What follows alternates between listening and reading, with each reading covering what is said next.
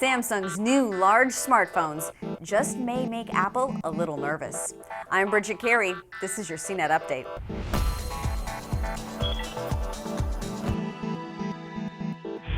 Samsung just announced two large-screen smartphones, the Galaxy Note 5 and the Galaxy S6 Edge Plus.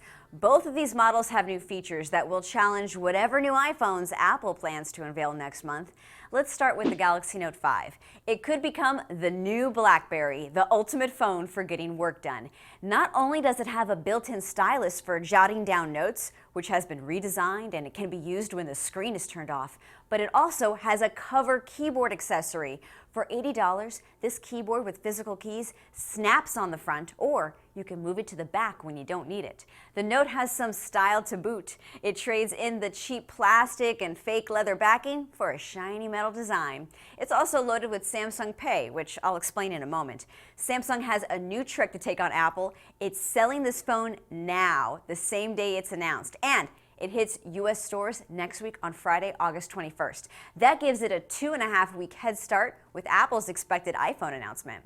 Also coming out that day is another model, the Galaxy S6 Edge Plus. This is just a supersized version of the Galaxy S6 Edge that came out earlier in the year. In fact, it's the same screen size as the new Note I was talking about. It measures 5.7 inches. It even has all the same hardware specs as the new Note, and it works with that snap-on keyboard. The difference is that the Edge screen curves over the sides, which has some feature perks like getting highlights of your notifications on the curve, and it does not come with a stylus.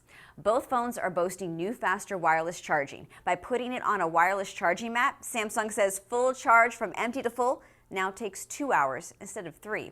Samsung Pay is on both of these phones, which has one major difference from Apple Pay. The store doesn't need to have a special NFC reader. You can tap to pay on most retailers' machines that have a basic magnetic stripe card reader. The tap to pay service launches first in Korea, then in the US on September 28th, and it arrives soon after for the UK, Spain, and China.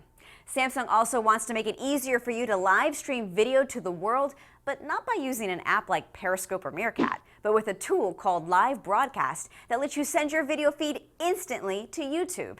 And finally, Samsung teased us with a glimpse of its upcoming round smartwatch, the Gear S2. It's the first round watch from Samsung, and it's the first smartwatch since the Apple Watch landed in April. We'll know more about it on September 3rd at the IFA Tech Trade Show in Berlin.